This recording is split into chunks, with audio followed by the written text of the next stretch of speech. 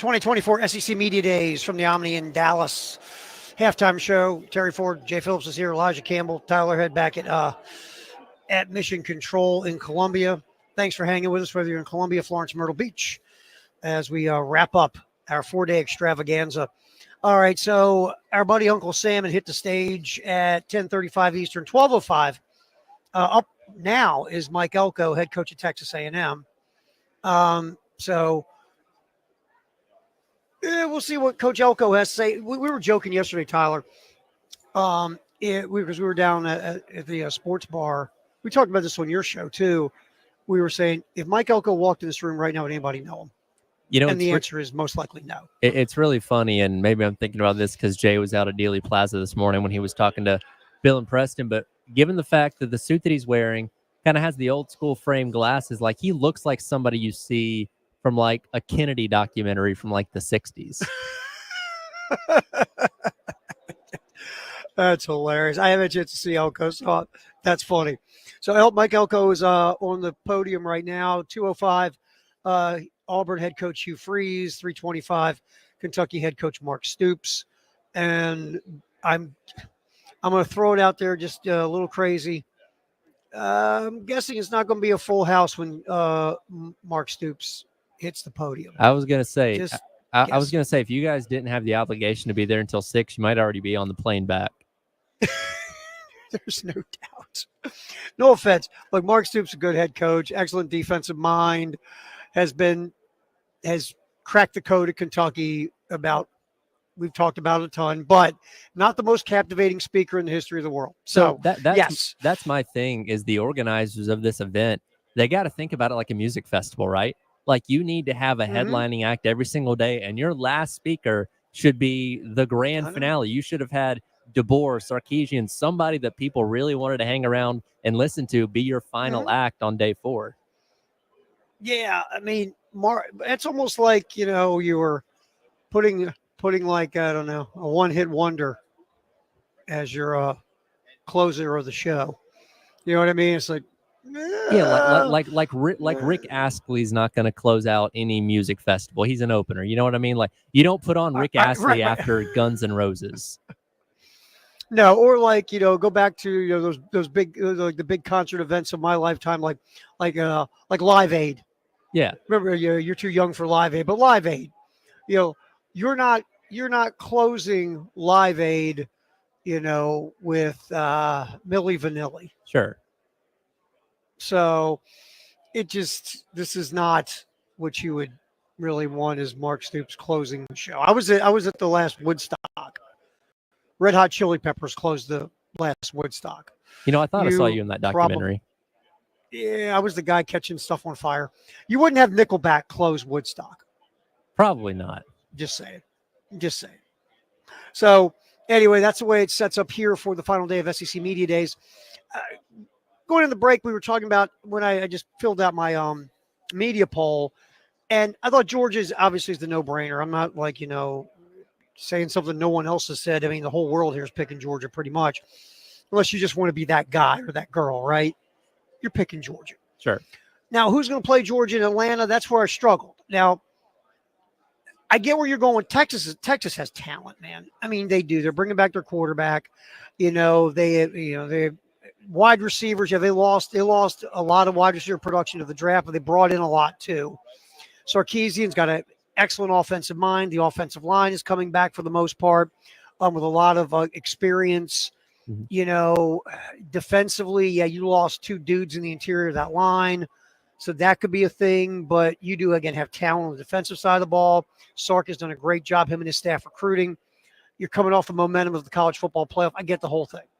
But I just think, and Texas, look, we've talked about this too. They got to, look, all SEC schedules are tough, but in the context of the SEC schedule, it felt like the SEC is trying to get Texas to Atlanta, right? Sure. they're doing, let's give Texas the easiest possible SEC schedule we can to get them to Atlanta. But look, I could be totally off base. I just think there's an adjustment. Look, no offense to the Big 12. Solid league. It ain't the SEC. And I just think Oklahoma and Texas are both going to have a year of adjustment to go, oh my God, because like anything, you think you know something, right? Until you're actually in it. Sure. And they know they're going to the toughest conference in America. And they're, like Sark and Venables are doing all these things to get prepared. And, they're doing all those little dorky coaching things. They do, Sark might be putting 14 guys on the field on defense against his 11 on offense to get used to the speed and all that other stuff. I get everything. You're trying. You can replicate things all day long. But until you step, obviously, in the arena, you got no clue what you're in for. And I think that is what both Oklahoma and Texas are going to get this year. I just think it's going to be a year of adjustment. I think they're both going to be.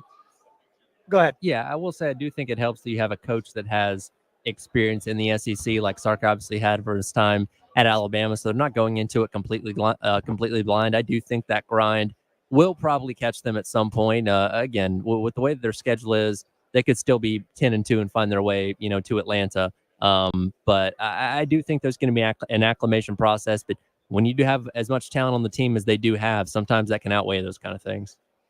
I feel like they're a 9-3 team. See, I don't think they're going to be terrible. I think they're going to be a 9-3 team. I picked them fourth. Wow. Because I think they have a ton of talent. So I put them fourth. Then I was fighting between Bama and Ole Miss. Who's going to play Georgia? I went back and forth, man. I really did. Because after Georgia, I can put question marks on everybody. Mm-hmm. You just can. If Nick was still sitting in the head coach's office in Tuscaloosa, it's a different conversation. But he's not. Caleb DeBoer has been a winner everywhere, but like we're talking about Texas with an adjustment. Caleb DeBoer, dude, you're in the SEC now. you're the head coach of Alabama in the SEC. And so what kind of adjustment does that have? I had Ole Miss sitting in the 2-hole for a bit because they added their biggest problem last year is they couldn't stop anybody, right? Well, they've added a lot of talent through the portal on defense. A lot. I mean, they've added some dudes. And so they should be much better on paper defensively. And offensively, obviously, they're loaded. And, Kiffin's obviously a hell of an offensive mind. My thing with Ole Miss that they've got to prove is, can they stand toe-to-toe in the octagon and win a brawl, right? Mm-hmm. Because last year when they lost, it was against physical teams, right? Physical teams that could punch them in the face. So how is Ole Miss going to do when they get punched in the face? If they can stand toe to toe and punch back, I think they could finish second in the SEC. They got everything else, and how they're going to handle the expectation of now. Ole Miss is looked at as you could go to Atlanta, you should be in the college football playoff. How do you handle now being the hunted? That's my questions on Ole Miss. So I had questions all over the place. And finally, you know what I did? I just went chalk. I took Alabama in the 2-hole. And there's nothing wrong with that, because there is the one side of the equation. It's like, okay, until proven otherwise, Alabama is going to be viewed as one of the best teams in this conference. But the other side of the coin is, okay, you do no longer have the greatest coach of all time at the helm. So until Kalen DeBoer proves to you that this program's still the same, you may not necessarily believe they're going to be just as good. You're not wrong on any of the guesses that you're going to make. And this year, more than any other, it's kind of wide open on what the speculation is going to be. I'm very interested to see what the contingent media opinion is when the final results are tallied, outside of the dude that votes Vanderbilt to be the champion, like somebody does every year just to be ridiculous. But what the overwhelming thought is when it comes to Texas, and if they deserve to be in one of those top 2 slots. Well, you always got to have that goober. Sure. You think because no one else has done it, right? Watch me. Because again, you can talk yourself out of Texas, Ole Miss, and Alabama. You can talk yourself out of all 3 of them. And the other part of this that's interesting is that next wave of teams. Okay, is LSU going to play defense this year? What's going to happen? Well, replacing the pieces on offense and went to the NFL draft. LSU's got a ton of talent, but it's all unproven. Missouri's bringing a lot of folks back, but was that real? Right. We don't know, right? Oklahoma, won 10 games last year, but you're replacing your quarterback. Your whole offensive line is gone. What are you going to do? And is Brent Venables just a really good recruiter, or is he a really good head coach? We really don't know that. Tennessee, is Nico really the deal? If Nico's the deal, Tennessee could be the team that kind of sneaks up in this pecking order. So you got that. I mean, you look around this league, there's so many if this or if that or whatever of teams that could sneak up and bite somebody. So that second wave, somebody's going to pop, I think, and be better than we think or be as good as they were last year. I just don't know. So this whole thing is craziness to me this year. It's going to be outside of Georgia. We can put question marks everywhere, Tyler. Right. And South Carolina, God love them. I put them in the 11 hole. Which is probably around where most people are going to have them. Yeah. I just did, and we'll talk more about that. All right, we'll get back talk about our wonderful fine sponsors that helped us out to be here in Atlanta for SEC Media Days. This is the halftime show from the Omni, our final day of SEC Media Days 2024, right here on the Game and the Game Network.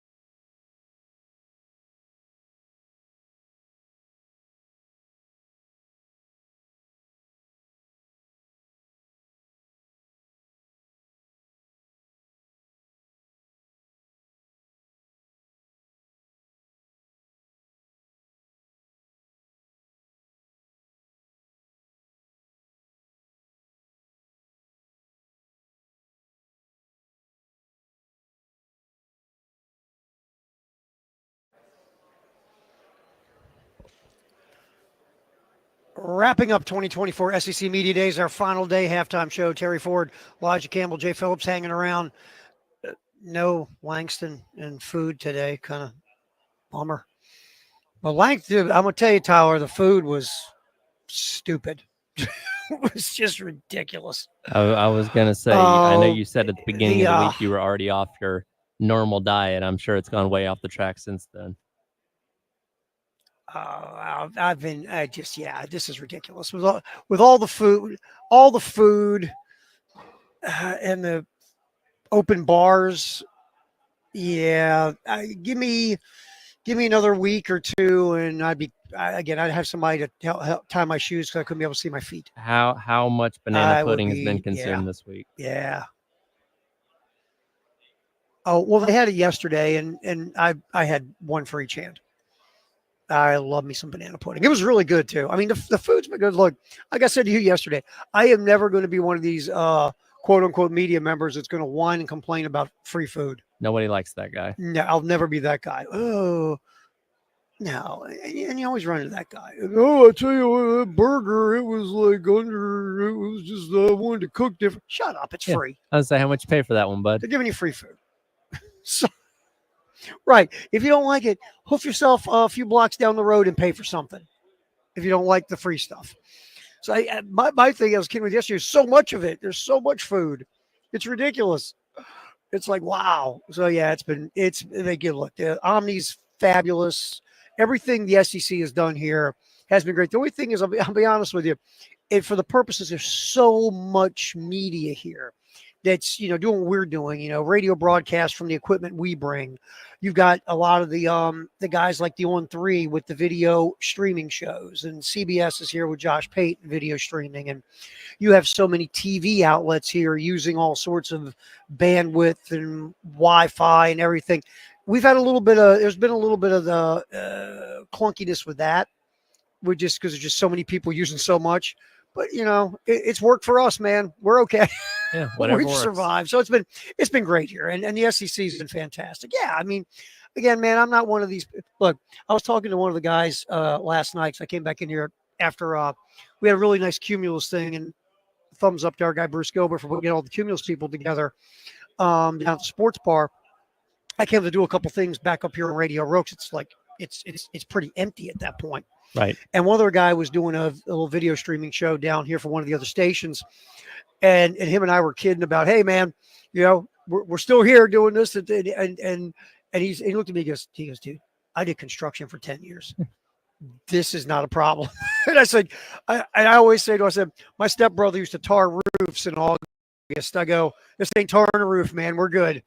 And I always think about these things because, again, some media people forget they're in media, Tyler, right? And they want to whine about stuff. No, ain't no whining about doing this, man. I was going to say, grab a shovel and go start digging ditches. Let me know how you feel about that free food after an hour or so. Absolutely. I have always, look, we're not millionaires or anything, but I'll tell you this beats the hell out of working for a living. That's all I got to say. That's right. Always will. So we've been talking about the order of my little SEC media poll. And I put South Carolina at 11 because I just look at it this way: at Georgia, Texas, Alabama, Ole Miss, LSU, Missouri, Oklahoma, Tennessee. I even have A&M ahead of them. To me, there's 10 teams that legitimately, right now on paper, as we sit in Dallas, look better. Right. I just feel that way. Now, could South Carolina pop up a couple notches? Sure. But I feel like 10 or 11 is fair. I think South Carolina's going to be better than Florida. I think Kentucky and South Carolina kind of on that same plane, but I'll take South Carolina over Kentucky at this point. I think that they're better than Arkansas, Mississippi State, Vanderbilt. I have them in the 10 or 11 hole. I think that's where I believe this, Tyler. I do believe that they'll be able to grind those 6 wins and get back to a bowl game. Some people don't. I think that they'll find a way to get 6-6 and get themselves back into the picture of going bowling. Yeah, no, absolutely. And again, as Beamer's message was at the beginning of the week, that was echoed by Boogie and Debo and Luke Doty as well. They're like, yeah, we get it. Nobody's going to believe in us. We get it. We're going to be voted pretty low. We're not offended by that. We understand why you're making those, conclusions based on what happened a season ago. But again, the internal belief is that they're better and they're going to go out there and improve it, as any team should have that kind of mindset. And now we just have to wait and see what happens. Yeah, I said this yesterday. I truly believe that the keys to this football team, the top two are the offensive line and the quarterback. And if the offensive line can be solid and Lenora Sellers can be what we all hope he can be, I think that, they will get back to a bowl game. The other thing, though, about all this is that if you're a South Carolina Gamecock fan, one of the things that can obviously first thing is frustrate you, but also gives you hope is you look at Missouri and you go, well, look at Missouri. Anything's possible. We could be Missouri. And you look at Ole Miss. Yeah, I mean, Ole Miss, because part of it is that, Lane Kiffin's a really good football coach. Sure. Two, what Lane has done, the way he set this thing up, they're very transfer portal friendly. And three, the Grove Collective has crushed it in the NIL space. Missouri also is doing really well in the NIL space. And that helps. So you see the roadmap, right, Tyler? You see the roadmap of, okay, here's how Missouri and Ole Miss became what they are. Now, Ole Miss, you feel like, has more staying power because Lane has done it for multiple years. But you see the path, right? You do. And there's two sides to that coin where you have, okay, there's the improving by literally just bringing in new bodies via the transfer portal, which obviously Ole Miss has done a lot of that. But there's also the standpoint of developing and players getting better. The longer you're in a program, the longer your college career goes on, theoretically, you should continue to get better. And I think South Carolina has a good mix of both, where, yes, you've gone out, you've added a lot of pieces in the transfer portal. You've brought in some pretty highly touted freshmen like Dylan Stewart that could potentially have an impact in year number one. But also you have your guys that have been mainstays on the roster that theoretically should be continuing to develop and get better as their careers go along. Talk about Nick Harbor. Obviously, year number two is going to be a big year for him. How much further can he go forward being a wide receiver compared to what he did a year ago? Debo Williams, again, has been a mainstay on this defense for several years. How much more better is he going to be in his final year of eligibility compared to what he's been in the past? So it's not just the new pieces, which is what we like to focus on a lot. It's how much better did these certain guys get in the offseason working with the same coach or working with the new coach that can make this team as a better better as a whole this year. And look, every coach will talk about it. We yap about it. Yeah, the transfer portal's shiny. It's like free agency in professional sports, right? It's like, ooh, transfer portal. But the lifeblood of a college football program to me still is the high school recruits you bring in to what you said. You develop them.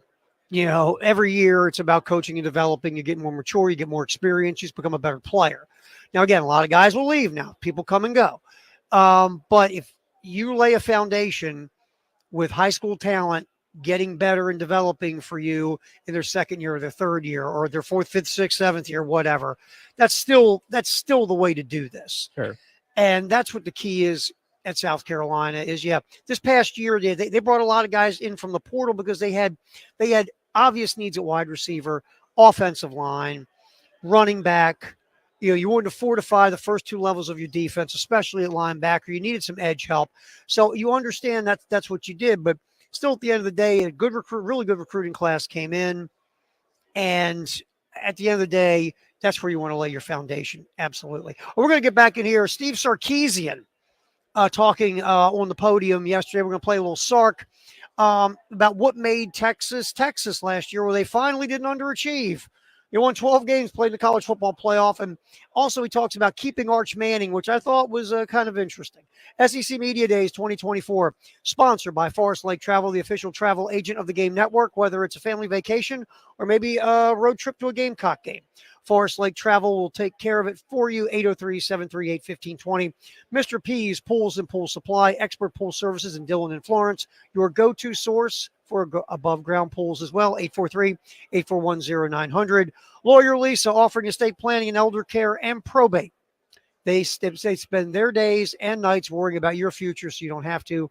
Go online, lawyerlisa.com. And Ziegler Kart Sales, providing top-notch golf cart sales and service for over 20 years. 843-621-5016. We'll hear from Sark at the podium yesterday next. Halftime show live from SEC Media Days on the Game.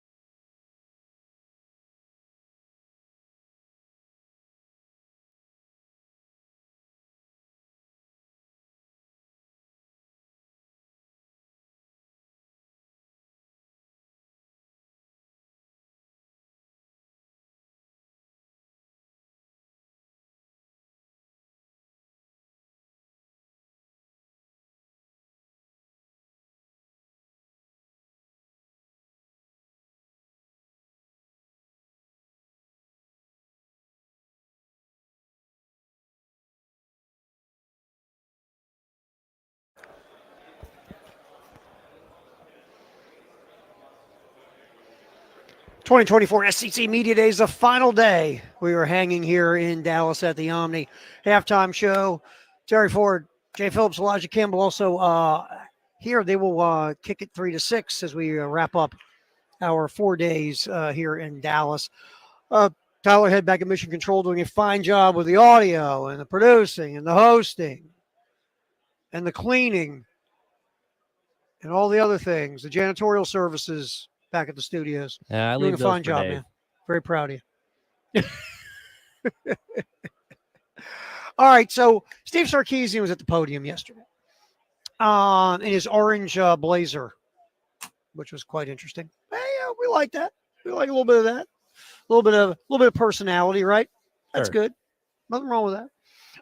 And Sark, first of all, was talking about what made year 3 so good in the Texas program. Let's hit what was that, cut 5 there, Tyler, about what made year 3 a success.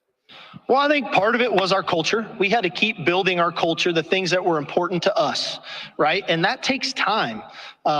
It takes time to learn the schemes. You know, you bring in coaches and you have an idea of what you want to run, and that's nothing against a previous staff, but maybe they didn't recruit the types of players that fit what we wanted to be and how we wanted to play. So that takes time too.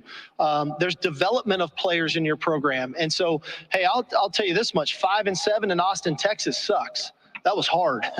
That was hard on me. That was hard on players. That was hard on a lot of people. Okay, 8-5 was a little more palatable for people, right? But as you continue to stay committed to who you are, and you stay committed to your course of action, you stay committed to what you believe in, over time you start to reap the benefits of that.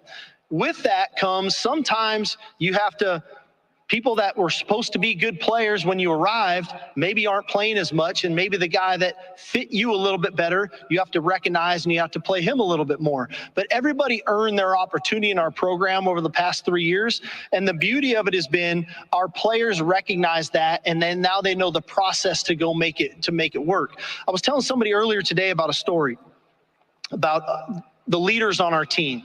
You know, when we had Bijan Robinson and Roschon Johnson, everybody raved about their leadership ability, but we only had a couple of leaders. Last year, we raved about the leadership of about 5 or 6 guys, Jordan Whittingtons of the world, right? Byron Murphys of the world. This year, I could probably tell you I got 25 leaders because these guys have grown up in our program. They don't know any different than our culture. And so now when I don't even have to speak very long about what we believe in, because they live it every single day and I watch them live it every single day. And so that's the process, right? You're trying to develop leadership. Well, leadership takes time to develop. You just don't anoint a guy a leader if he doesn't believe in the core values of the organization.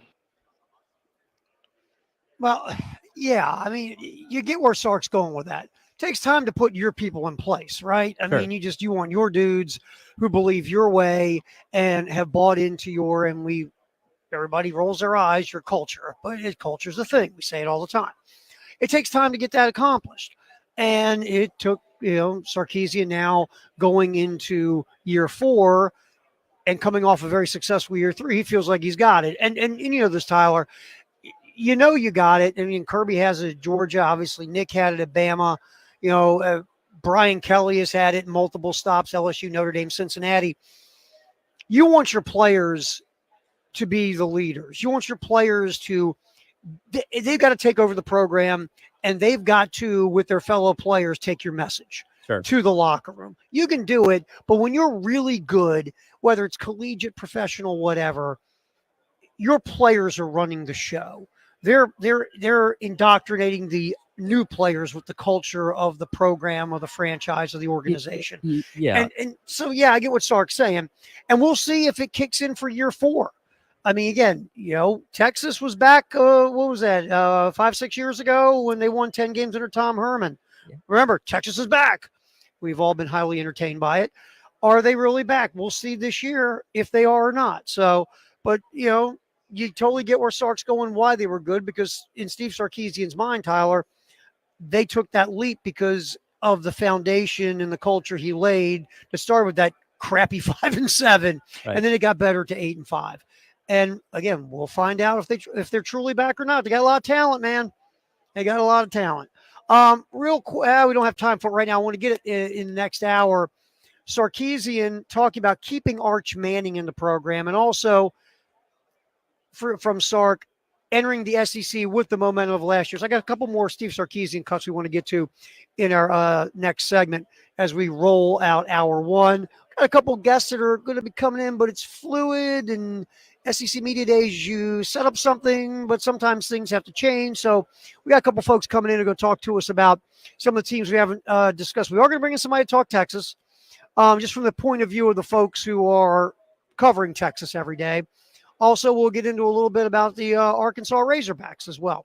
So all that's coming up here on the show as we roll our final day in Dallas, SEC Media Days from the Omni. It is the halftime show.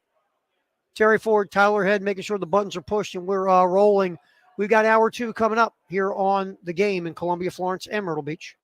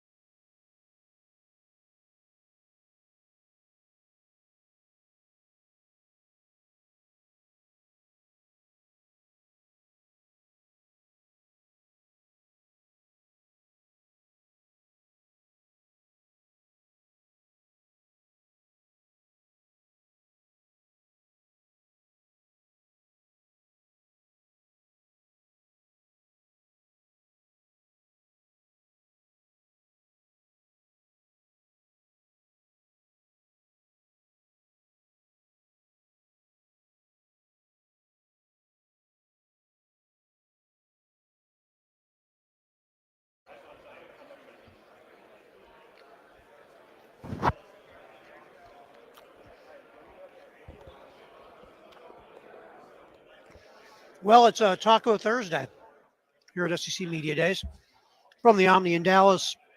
Terry Ford, glad you can be hanging. Tyler Head back in Columbia. Tacos are good, Tyler. Is your taco better than my peanut butter and jelly sandwich back in Mission Control? Let me think about that for a minute. Yeah.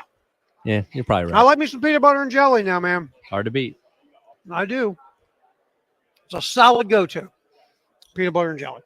So, But tacos, a when little bit better. when Langston gives y'all the bill for all the food he's bought you this week, who's picking that up? That's easy. Jay Phillips. That was easy. Jay's got the cash. So Jay's going to take care of that, You're whether he knows it or not. I was gonna say your credit card at convenience go missing at that point in time, right?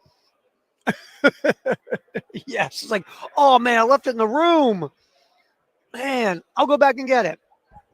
Or, well, I got to go to the bathroom. The next thing you know, you're on the next flight back to Columbia. Crawling out the bathroom window, hoofing it back to the airport. Oh, absolutely. I'm not paying for that. Jeez, I saw the got pretty good. I didn't see, but I probably got a pretty good idea what the Cumulus bar tab was last night. Ooh. Oof. Man, you add radio people an open bar. Not good. I've seen it before. Radio people have no shame. Zero shame. Open bar. I'll have a. You got any bottles of champagne? Well, that's the thing is we don't have to look Good. pretty. We don't have to look pretty to do our job. So No, not at all. All right, so we've been getting a little Steve Sarkisian from yesterday. Just giving you a taste of what's going on here at the podium. Sark, we played you the cut about what made Texas so successful last year. Also, Steve Sarkisian discussing the momentum that Texas picked up going 12-2 and playing in the college football playoff. That momentum coming into the toughest conference in America. Hit that, Tyler. It's going to take week in and week out work ethic, preparation, innovation, toughness, mental toughness, physical toughness, perseverance, mental fortitude if you get knocked down to get back up. Like, it's going to take all the stuff we went through the last 3 years and put it in 1 year, because that's what this conference challenges you on. You're playing at an elite level week in and week out. And I think that's what those 3 years have to roll into this year. And that's my challenge as a coach is to get our team in that frame of mind, but yet still enjoy the experience. There's nothing like playing college football. It's the greatest sport in the world. And I know we're going through all sorts of different changes right now, but the popularity and the excitement around college football right now is bigger and better than it's ever been. Okay. And so through all that stuff I just talked about, I want to make sure our players enjoy this. I mean, you think about it. I talked about 3 rivalry games in one season. How many schools get to say that? And so we're looking forward to it. It's going to be a great opportunity, and look forward to seeing y'all. And if you haven't been to the Red Rivalry game, you should come. It's an amazing game. Appreciate y'all. Hook 'em. Thank you. If Sark's supplying tickets, I'm in. I'm paying that kind of money. Guy that can tell us how much it costs for Red River, Trey Elling from 102.7 ESPN in Austin. Hey, now, first of all, man, thanks for jumping on. I know you don't have anything going on. You're not busy at all. Yeah. Yeah, let's see here. We'll get you turned back up here for some reason. There you go. There we Try it now. go. There we go. Yes, it's been a lot of fun. This is actually the last thing that I'm doing on Radio Row this week, so pleased to be here. And speaking of we call it Red River Shootout. I know Sears Tower, Willis Tower. There's new names to things. We prefer Right. Red River Shootout in these parts. I've been to about 30 of those in my life, and that game very rarely disappoints. Sometimes there's a blowout one way or the other. And unfortunately, in the 2000s, we got way too many of those on the Longhorn side of things. But both schools are very excited to be a part of this conference. I'm not going to call it a new conference, but it is a little bit of a new setup, including just the general state of college football, the fact that you have the expanded playoff now. And Longhorn fans were a little bit nervous when that announcement was made a few years ago that Texas and OU would be joining this conference. But based on last season's successes and it feeling like Steve Sarkisian and his staff have the roster as healthy as it's been since they played Alabama for a national championship at the end of the 2009 season, we're actually fairly confident that we can keep it going even with the more difficult competition coming up in the SEC. And that's what I was going to bring up with you as you kind of let us down the door. I appreciate it. Is the idea that, Sark got it back to where it has. I mean, Tom Herman had a 10-win year, and, we all enjoy Sam Ellinger. We all had fun with it. Well, Texas is back. Well, not yet. Sark last year, you go 12-2, get the college football playoff, really almost had a historic comeback against UW to go play for a championship. What has Steve Sarkisian done that nobody's been able to do since Mack Brown? I think he's been able to keep these guys from letting tiny bits of success go to their head. And that's not just a problem at Texas. It's a problem everywhere because people talk about losing and how losing can really pile on top of itself and really derail an attempt to achieve great things. But achievement can also derail future achievement because it leads to a sort of complacency. And at Texas, that's easy to do because when you're good at football, you kind of are king of the city, even though Austin isn't just about the University of Texas football team. It is a very cool city, and it's a city that you can have a lot of fun in. Mm-hmm. And when you're having to pay for less meals and less beverages and less whatever else, you can get distracted from the topic at hand. But it does seem like, from talking to people who are the most dialed in behind the scenes, that this football team is ready to go. They understand that they have something in front of them where they could accomplish something very special with regards to competing for an SEC championship, making it to that playoff, and possibly making a run if and when you get there. We're hanging out with Trey Elling from 102.7 ESPN in Austin here on the Halftime Show on the Game and the Game Network live from 2024 SEC Media Days. And before we look at this upcoming year, just to kind of go back to that, because it's always been like, to me, what's happened since Cole McCoy and those cats played for the championship against Alabama, and just how, Texas has been underachieving is a word, disappointing, whatever. I mean, you guys lived it, And when Sark got hired, I was like, man, great offensive mind. As a head coach, he was okay before. Now he's hanging out with Nick, and a lot of guys learn from Nick and, get better. He's been in the SEC, but I always thought what Texas always needed to be successful was a guy with personality, ego, whatever, that would tell all the cooks, get the hell out of the kitchen. It's my kitchen. Just like I think Florida's the same kind of gig. Because so many people they all have opinions and thoughts in Texas, this or that. And a lot of people spend a lot of money and want to be heard. Were you, when Sark got hired, were you like, that's that guy? Because Mack did it and with a smile on his face, right? Mack was very nice, but he did it. Did you think Sark was the right guy to get to the point that Texas is at right now when he was hired? To be completely honest, I was a little bit concerned. I mean, obviously he goes through the Nick Saban retribution program that so many guys have gone through, and that gives him a better chance, but he had the reputation of 7-win Sark for a reason, and things ended in a pretty ugly fashion at USC, and that is something that in retrospect actually really helped him out. He's talked about this, about not taking for granted the opportunity that you have in front of him, because he felt really good about where he had Washington before he bolted for that USC gig, and he has admitted to thinking back on that and wondering what could have been. So he is appreciating what is in front of him right now, and he's also been really smart about how he has gone about building his coaching staff and then also building this roster too. He's not necessarily just bringing his guys with because they were his guys up to this point. Now, did he purge some of Nick Saban's staff when he moved to Austin? Absolutely. He got some really good guys with Coach Flood on the offensive line, Banks, who does tight end, special teams, and is a recruiting coordinator, an exceptional personality. A.J. Milwee is his quarterback's coach now. But he really did a great job of building that coaching staff, including going and getting a guy like Pete Kwiatkowski, who is looked at as one of the top defensive minds in all of college football and is a big-time team player, too. People forget this. Kwiatkowski took a co-DC role on Chris Peterson's staff at Washington because he wanted to keep Jimmy Lake around, because he said, this guy is that important that I'm willing to take a little bit of a sacrifice. I won't call plays next year. I'll help with play design, and I'll maybe call plays here and there if need be, but we need to keep this guy around. And Kwiatkowski, his ceiling is probably a DC, and I think he realizes that. I don't think he wants the pressure of a head coaching gig. So if you have those two guys paired up, Steve Sarkisian's offensive mind, Pete Kwiatkowski's defensive mind, watch out, because other changes will inevitably happen with position coaches. You want those guys to have goals to become coordinators or head coaches or whatnot.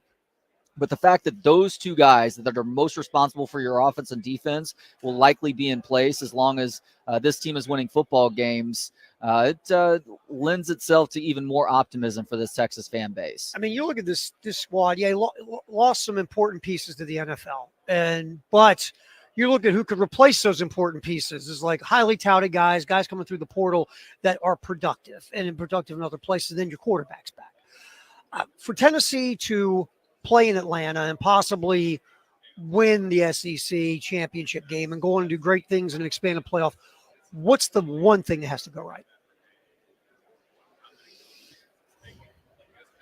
That's a great question. They need to make sure that they're getting the production in the middle of that defensive line that they did last year. And look, I understand there is depth on the defensive line. Getting Alfred Collins to come back was a big deal. He was a bit of an underachiever up until last season, started to get it going more. They need more consistency out of him. Vernon Broughton is another guy to pay attention to.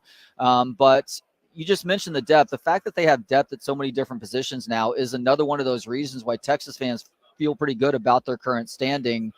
Ultimately, I think if Quinn Ewers can play to his potential on the offensive side of the ball, I gave you a defensive key. If Quinn Ewers plays to his potential on the offensive side of the ball, especially with how much attention Arch Manning continues to get, then watch out. This is a team that has a chance to go undefeated, even having to face Oklahoma and Georgia in back-to-back weeks, win an SEC championship in year one in this conference, and then be one of those top 4 seeds in the college football playoff. All right, you bring up Arch Manning. I got to give you an Arch Manning. I can't let you leave without Arch Manning, man. I guess I'm going to put it 2 parts real quick. One is, a lot of guys in Arch Manning's shoes, you're a 5-star, you're a fancy 5-star recruit. You're going to sit year 1 because that's cool. I'm sitting year 2. Oh, I'm not. I'm getting the bleep out of here and go play somewhere else. Arch Manning stayed. First of all, why did Arch Manning stay? Because this was the plan the entire time. Nobody likes to talk about that, but the Mannings are very savvy with their business dealings and decisions. It was not a money thing for Arch Manning to come to Texas. Well, maybe long-term it was a money thing, understanding the value the Texas brand brings to the table. But they also know from experience that rushing a guy into things can work against his overall development. They've also seen Steve Sarkisian's track record with things, and they knew what the likely line was for Quinn Ewers in terms of him maximizing his potential and eventually taking that next step into the NFL. So is Arch Manning likely going to play more this year? Yes, but I caution people into believing that Arch Manning is going to be playing every third series. Steve Sarkisian doesn't do that with his quarterbacks. He wants his starting quarterbacks to get almost all of the most important reps. Arch Manning will certainly play more. When Texas is blowing opponents out, Arch Manning is going to be the backup. They're still going to throw the football too. It's going to hurt the feelings of the opposition. You got to stop it though, as Steve Spurrier once said. So I'm not worried at all about Arch Manning. Even if Quinn Ewers underachieves this year, let's say, Arch Manning is going to be the starting quarterback for this football team in 2025. You answered my other questions too. You nailed it. Trey Elling, 1027 ESPN in Austin. My friend, thank you so much. I know you're getting ready to peace out of here, so thanks for your time. Hey, really loved it, Terry. Thank you. No, thank you. 2024 SEC Media Days from Dallas, brought to you in part by Behringer General Store, 138 West Evans Street in Florence. Come in, relax, shop local. Behringer Country Store, where the past meets the future. And TEC Equipment Rental, your local Takeuchi dealer. Check them out online, www.tecrental.com. More from Radio Row. We'll hear from our buddy Sam Pittman, Uncle Sam, what he said at the podium next on the halftime show here on The Game and The Game Network.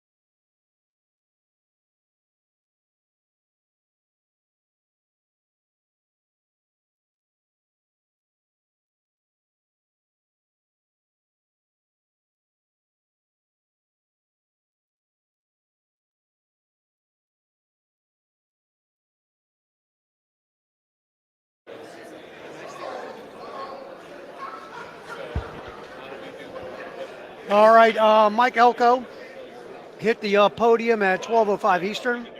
Next up at 2:05 Eastern, Hugh Freeze, Auburn head football coach.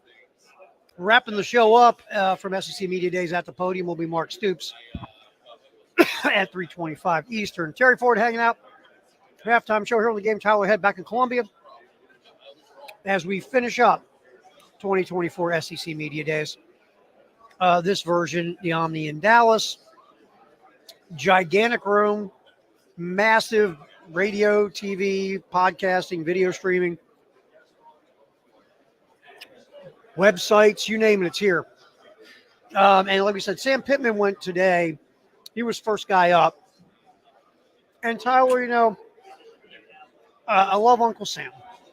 We all do. I'm a huge fan of Sam Pittman. I do this. Sam is just, he's refreshing. He's candid.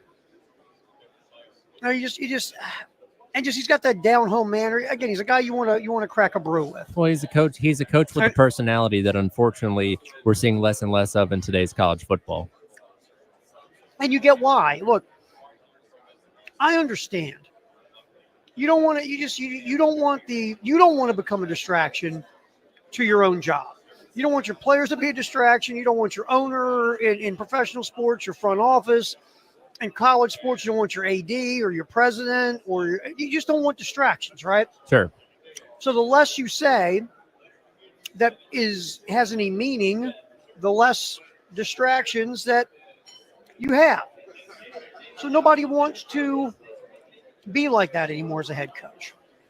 And Sam is a little different. I mean, and those guys, you're right, are becoming extinct, and I get why. I understand it. I do.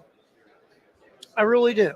But it's kind of sad because, a cool personality like a Sam Pittman, when you lose him, and I feel like we're going to lose him this year, that we have less of those guys and more of the cookie cutter, I know what to say, how to say it, things of that nature that go on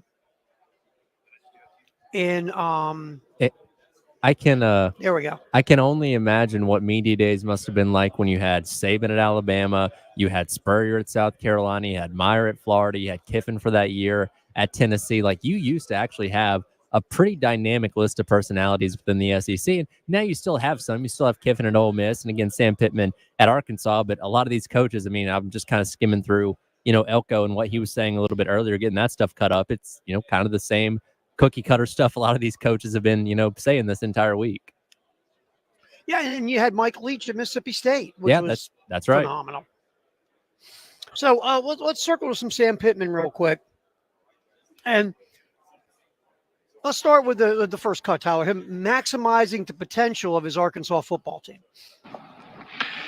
Well, that's a great question. I think ours is all about consistency and finishing. Again, we lost 5 one-score games, but I think you're going to say that next year. You're going to say you either won them or, you know what I mean? You're not going to beat somebody by 21. It's hard in this league. So I think it's going to be consistency, better game planning. We've got to be able to run the football, but I think we can capitalize on that. I really like this team. I really do. And I'm not trying to win media days. You guys know me. I'm just going to tell you how I feel. And I really like this team. And I think with the culture and the tightness of the team, I think you can win those games a little bit easier than if it's the other way. That's the one thing about Arkansas last year, Tyler, is they lost close games. Mm-hmm. They really did. They lost one-score games. They found ways to lose. And, we talked about that with South Carolina. We would go through pretty much every loss and say, okay, at this moment, when there was a play to be made to either change the outcome of a game or change the momentum of a game, typically South Carolina obviously didn't make those plays.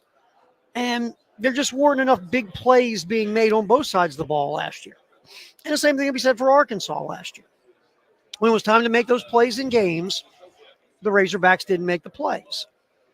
And a lot of these games are close in the SEC, obviously, and you always circle back to, look, a coaching staff's job, in my opinion, is to put your guys in the best position to succeed. Sure.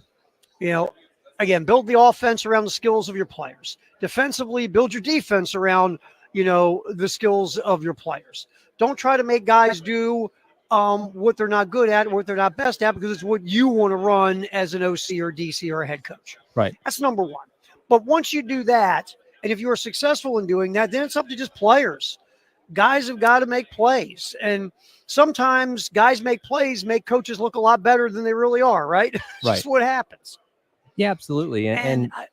What I was going to say, in Arkansas, you had the benefit of having a really dynamic and experienced quarterback in KJ Jefferson, who has now left the program and gone to UCF to play, under Gus Malzahn, and he couldn't fight his way out of anything last year because the offensive line was so bad. So you did not set him up to succeed with the pieces that you put around him, and especially with Sam Pittman being an offensive line coach. That's inexcusable for that unit to be as bad as it was a season ago, which again goes back to why we thought there was no chance he was going to come back in 2024. They gave him the vote of approval and he's back, but man, he is on as thin of ice as you could be. Yeah, and you point to the offensive line. That's the thing. Sam Pittman is a very well-decorated offensive line coach. His O-line was bad, and bad's being kind. And if you look at it this year, they're hoping it's going to get better, and they brought in some guys in the from the portal, Florida, Michigan State, Baylor, and they're hoping some other guys who were there from last year get better. But no one's going, wow, we definitely think on paper that offensive line is going to take a huge leap. And it might, but you still don't feel good about that. Maybe better than you did last year. And you bring in a quarterback in Taylon Green who, he can run around. He can make plays with his legs. But the problem with Taylon Green is when he decided to throw the football, nobody knew where it was going. Right. Not even Taylon Green.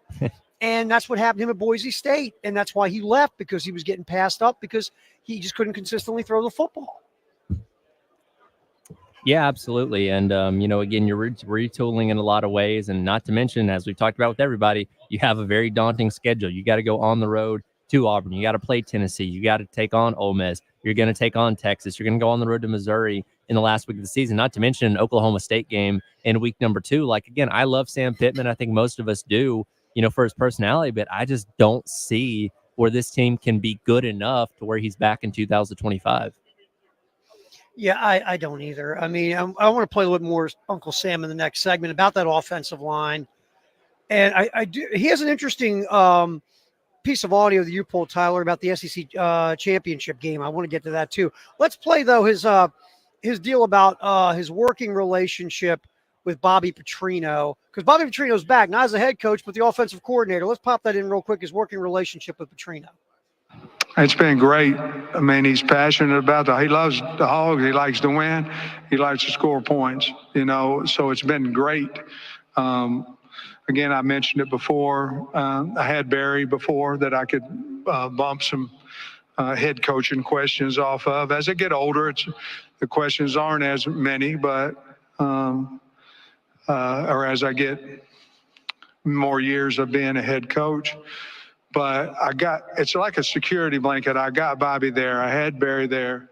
I have Bobby there that I can run off things. And both those guys are not, hey, we need to do this. We need to do this. We need to do this.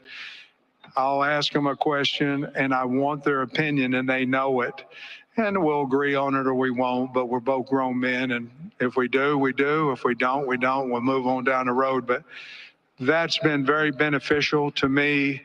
And I really like him, and I have a lot of respect for him. So it's just he spends more time in my office than anybody, and I apologize to him, but I say, hey, Bobby, come, and I don't know if he likes it or not, but I do make him talk to me a lot. So there's Sam. We're gonna kind of expound on the Bobby Petrino topic as well. We want to get back, talk a bit more about Arkansas in the next segment. Halftime show 2024 SEC Media Days at the Omni in Dallas, sponsored in part by the Anastapula Law Firm, recovering millions for their clients for over 30 years, whether it's a slip and fall, car accident, any issues that have resulted from an accident. Anastapula Law Firm will help. Remember, don't scream, call Akeem, 800-ALL-7s, and Lexington Medical Orthopedic, board-certified physicians, combining the highest quality care and treatment to get the best results, getting you better sooner. We'll come back. Here's some more Uncle Sam from the podium on the halftime show from SEC Media Days 2024 on the Game.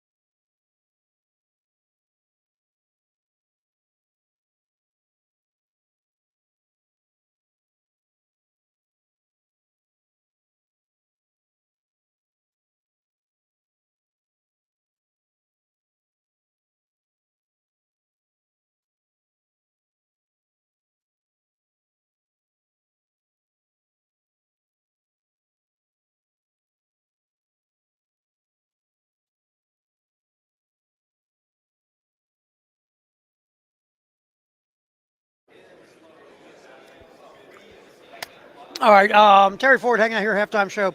Tyler Head back in Columbia. I don't know what a Mexican chocolate cake is, but it's really bleeping good. That I got sounds no good. idea why.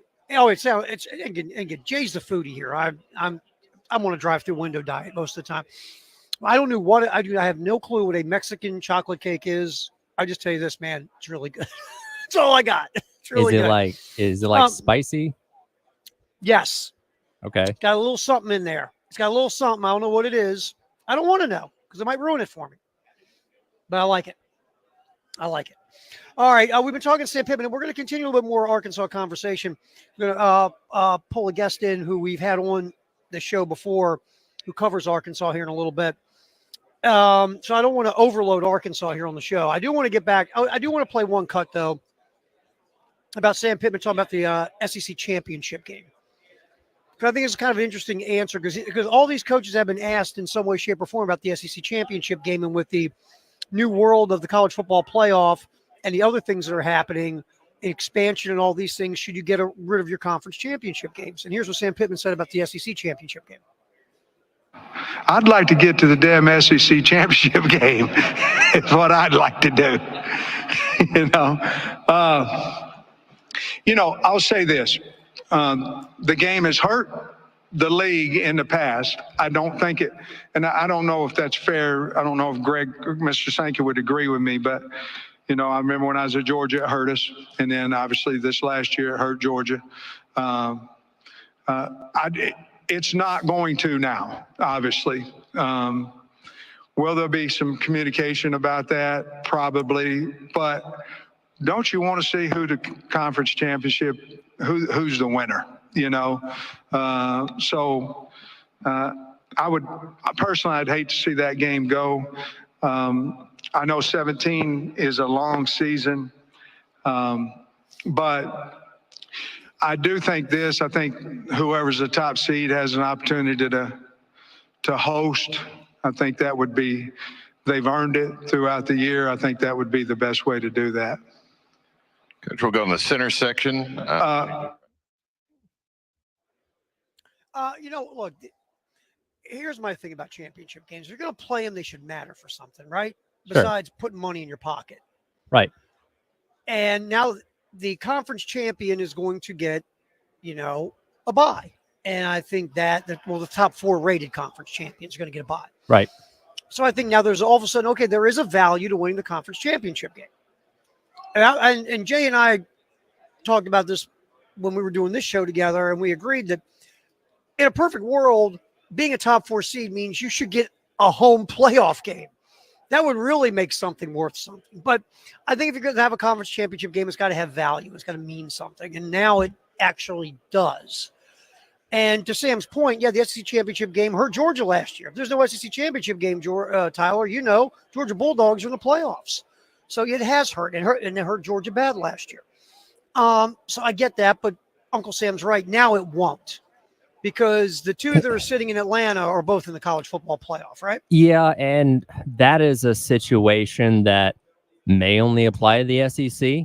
Probably could apply to the Big Ten as well, but I do think there's still a lot of value in like the Big 12 championship game, the SEC championship game, because that truly might end up being, hey, win and you're in type scenario. But specifically for the SEC, which is of course what he was asked about, you're not playing a de facto elimination game anymore like having years past, like Alabama and Georgia did this past year, as well as, so many years in the past. So it's really just about seeding. But I do wonder if we get to the point of, say, a 16 team college football playoff where there is no buys and you're saying, all right, if you're a top 8 seed, you're hosting. If you're a bottom 8 seed, you're going on the road. At that point in time, especially if both those teams are well within the top 8, is there a value in the SEC championship game? I don't know at that point.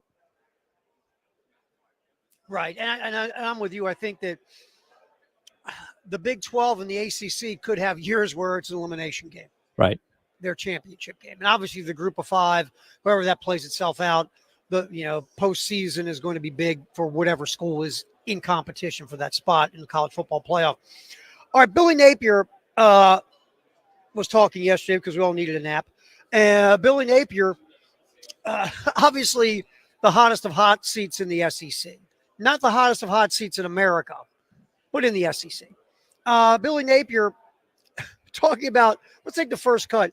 What success looks like with that killer of a schedule. Here's Billy Napier discussing what would look like a good season in Gainesville when you look at like could be the worst schedule in America or toughest.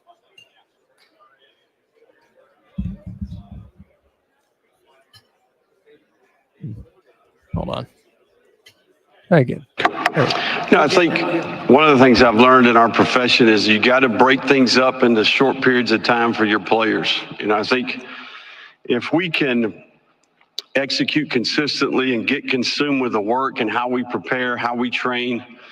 For example, the next 10 days are extremely important. Then we'll turn the page for training camp. And look, the great thing about our schedule, we don't have to take this on as individuals. We get to do this as a team. And I believe that the thing that I've learned and observed in this league, you have to have the ability, the self-discipline to prepare the same way each week, regardless of the outcome. All right, ignore the noise, don't believe the hype, erase the board, start over, and every person in that building has got to prepare the same way. So we're going to do that, right? We're going to focus on the work that's ahead, and then we'll look up at the end of the season and we'll see what that earns. Yeah, I get it. You got to do. That's the coach speak, Tyler. You got to go 1-0 every day, right? That was Kalen DeBoer's line. You got to go 1-0 every day, 1-0 every day. Because I mean, honestly, if you're Billy Napier and you actually take a look at the big view and you see that schedule, you're probably violently throwing up. Yeah, no, 1,000%. And he said the right thing there. Well, you got to block out the noise. You got to ignore what people are saying. And I go back to the conversation you guys had with Beamer earlier on in the week. Like, it's already kind of impossible to ignore what people are saying just in general with today's world that we live in. But especially when you're down there in a place like Gainesville that you and I have talked about plenty of times. Go back to the Rashada situation from a year and a half ago, where you'd have so many cooks in the kitchen, so many people with big voices and opinions on what's happening. It's impossible to plug your ears down there and pretend like things aren't being said. It's in your face all the time. So how, as a coach that doesn't have a bombastic personality like Billy Napier, how do you balance those kind of things in addition to trying to get your program on track? And I can't imagine it's an easy task. One more from Billy Napier, because we can joke about this. Billy, Terry Ford, 107.5 The Game, Columbia. What are your objectives in year 3? Not to get fired. Is that your objective in year 3? But here's Billy Napier talking about his objectives for the Florida program in year 3. Well, I think the game has changed quite a bit. I think it probably, we're evaluating the game over the last couple of years. It's changed significantly every 6 months, every season, every offseason. So not only are we trying to create culture at Florida, we're building new facilities, we're creating infrastructure. You go back to the very beginning, you're hiring a staff, you're trying to improve the roster. The game continued to evolve while we've been doing that, right? So that's where the challenge has been. So, I'm on the inside, right? I get a chance to be around our staff and our players going all the way back to the beginning of this offseason. So that's what gives me confidence. I think you got to get consumed with the process, not the outcome to some degree. And the thing that I would say with conviction is we have been very close. We played in a lot of close games. We've got to learn how to close those games out. And I think that's where the leadership and experience of this team, we have to leverage that experience, the lessons that we've learned, get in position in the fourth quarter and close those games out consistently. You need some W's, Billy. And you need more than 6 of them. Just saying. It's going to be a tough road. Good luck. I think Napier's a good head coach, Tyler. I've said it many times. I just don't think you got to be the right coach at Florida. Being a good coach is not enough at Gainesville. You got to have the ego and personality of an Urban or a Spurrier. So we'll get more into it. Halftime show, 2024 SEC Media Days here on The Game.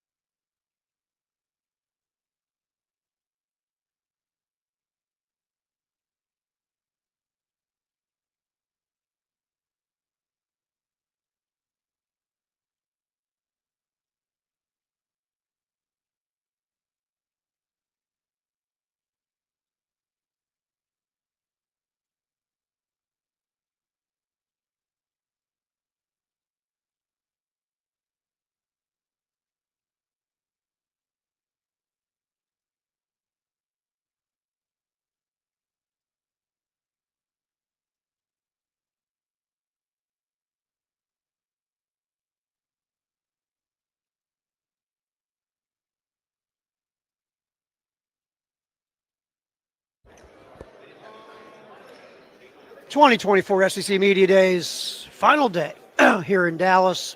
Halftime show, Terry Ford going to be hanging out as we go until 3 Eastern. And then the post-game show, OJ and Elijah will take over, wrapping up our coverage from 2024 SEC Media Days. All right, so we were talking about, because we're trying to hit some of the schools we really haven't had a chance to concentrate on this week. And we'll get back to that. But one thing I want to circle back to, Tyler, is the rule, some of the rule changes and some of the stuff that's been talked about, like with the 15 seconds in the helmet, right? Just like the NFL. Right. Which I think, and they were asked Jeff Lebby about this yesterday, the Mississippi State head coach, obviously longtime offensive coordinator, about playing fast. And how does this help you now play faster? Because now you're in your quarterback's head till the 15-second mark.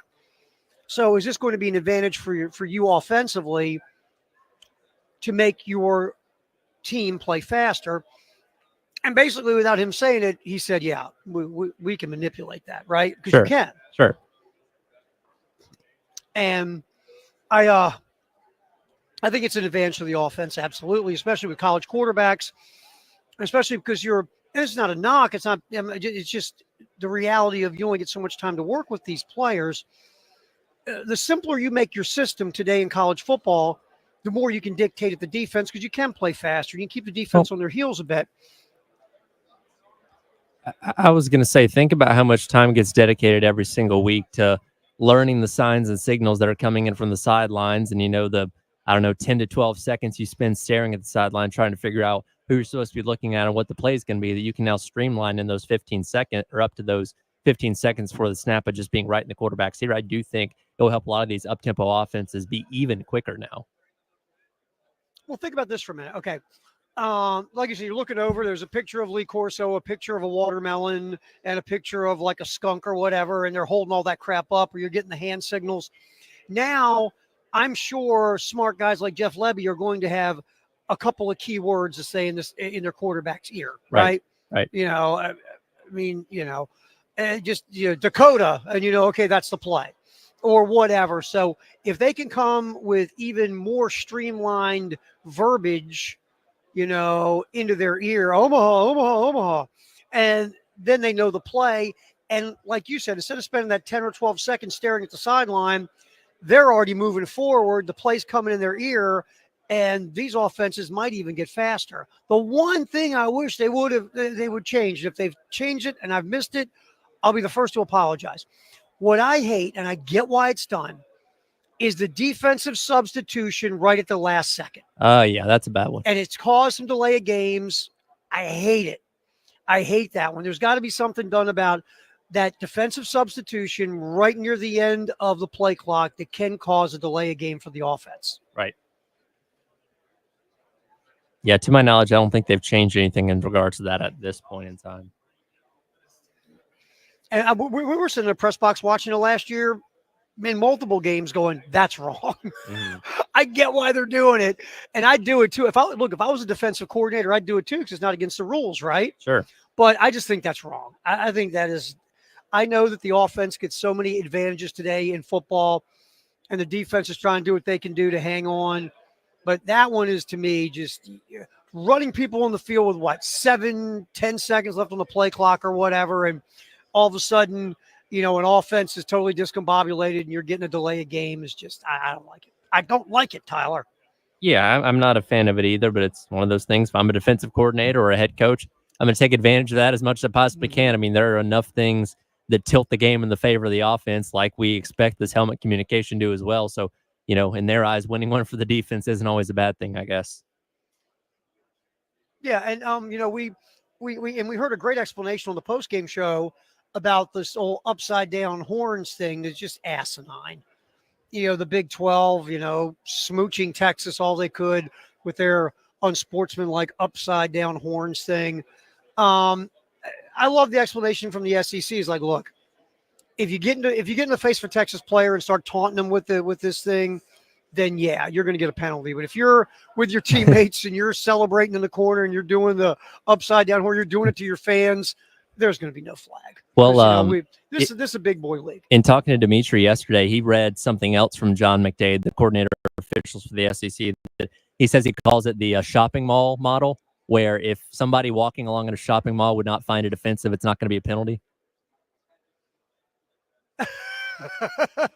So I Which said, yeah, love. you can do I love horns that. down if you're trying to do, maybe the DX gestures or something like that. That's going to draw you some flags. Exactly. Which, by the way, I love that gesture. So I love the Generation X. I was a huge fan. Huge fan. But yeah, so Texas, you're not going to get all that thin skin mess you got in the Big 12. All right, we'll get back in here, final hour of the show, and we'll continue on from the 2024 SEC Media Days in Dallas.